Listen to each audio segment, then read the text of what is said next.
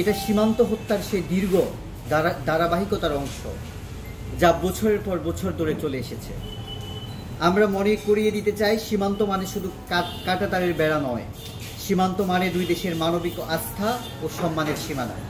সেই সীমানা বারবার ভেঙে পড়েছে, আর আমাদের মানুষের জীবন যেন অবমূল্যায়িত হয়ে পড়েছে। আমরা প্রশ্ন করছি, বাংলাদেশি নাগরিকের রক্তের কি কোনো মূল্য নেই? আমরা কি শুধু প্রতিবাদ জানিয়ে চুপ হয়ে থাকব? সীমান্ত হত্যার বিরুদ্ধে আমাদের অবস্থান হতে হবে দৃঢ়, কৌশলী এবং কার্যকর। জাতীয় নাগরিক পার্টি দৃঢ়ভাবে বিশ্বাস করে, সীমান্ত হত্যাকাণ্ড বন্ধে অবিলম্বে কূটনৈতিক ও আন্তর্জাতিক চাপ সৃষ্টি করতে হবে। ফেনীতে যে দুইজনকে বিচার বহির্ভূতভাবে হত্যা করা হয়েছে, তাদের পরিবারকে পূর্ণ রাষ্ট্রীয় সহায়তা ও ন্যায় বিচার নিশ্চিত করতে হবে। ভারত ও বাংলাদেশে সীমান্তে যৌথ মানবাধিকার মনিটরিং ব্যবস্থা চালু করতে হবে, যাতে করে কোনোভাবে এখানে মানবাধিকার লঙ্ঘিত না হয়।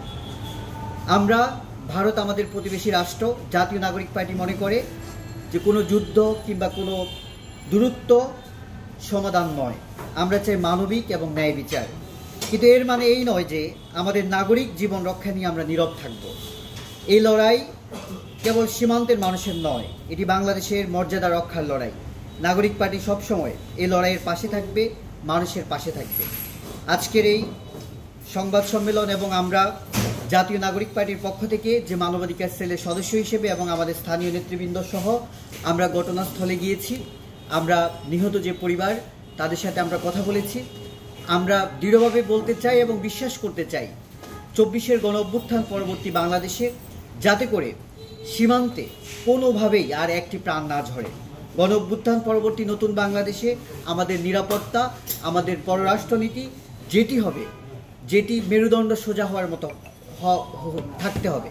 আমরা সেই শেখ হাসিনার যে ফ্যাসিস্ট শাসন আমলে যে নতজানু পররাষ্ট্রনীতি আমরা দেখেছি, প্রতিদিন সীমান্তে পাখির মতো গুলি করে আমার ভাইদেরকে, বাংলাদেশি নাগরিকদেরকে হত্যা করেছে, আমরা সেটি আর দেখতে চাই না।